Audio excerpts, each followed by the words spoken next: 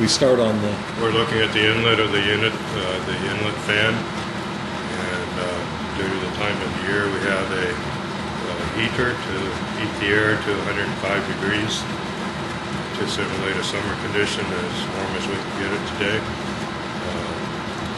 Starting out with the fan at 105 degrees, discharges into a plenum to the left of the fan. At that point we are measuring a dry bulb and wet bulb temperature right by the diffusion plate that takes the velocity pressure off the fan and disperses it into a fairly uniform velocity profile, entering the indirect heat exchanger, which is this unit, which is that item there. And all of the air goes through the dry channels of that heat exchanger, exiting on the left-hand side. That's right here. That plenum. And the air has been pre-cooled through the dry channels, the cooling effect coming off of the alternating wet channels. Approximately 1/3 of the airstream turns backwards from the underneath, backwards into the heat exchanger into the wet cells, and it discharges. It cools the heat exchanger and discharges on top of the unit where the louver is at this point. Okay. And that's basically, you call that the cooling air off of the heat exchanger. And that air is warm and moist from the evaporative effect of the wet channels on the heat exchanger. 2/3 of the air approximately continues on to the left into another heat exchanger, which is here, and that's a direct evaporative cooling heat exchanger where all of the cells are wet. And after the direct cooling, the air discharges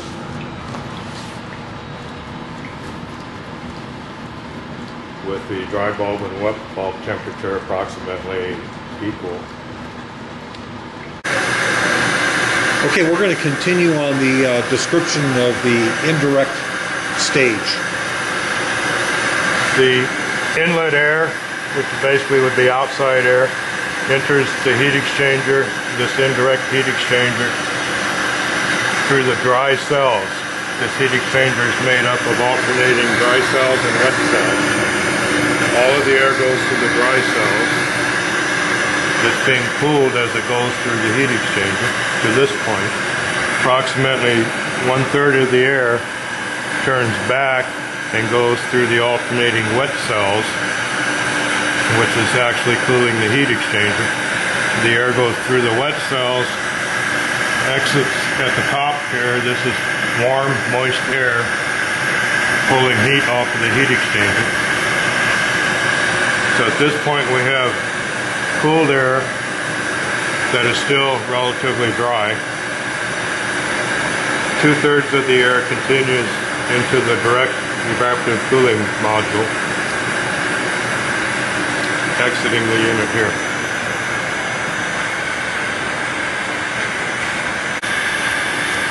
Okay, now we've turned on the fans to increase the temperature of the inlet air. And we have one power dryer on this side, and on this side we have a space heater, and we're feeding the heating up the inlet air going into the fan, and we are now at 107.8 degrees dry bulb and 64.4 wet bulb. So going through the indirect stage, we're now at dry bulb of 67.8, 67.9, 68. And the wet bulb is 51.7 degrees. Entering into the direct stage now, We're at a dry bulb of 54.2. This is leaving the direct stage. Leaving the direct, okay, is 54.3. And the wet bulb is 53.954 degrees. So this is simulating a summer condition. Again, it was 108 degrees. Yeah, 108 degrees, dry bulb, and leaving at 55 degrees. So roughly we're dealing with a 53 degree delta T.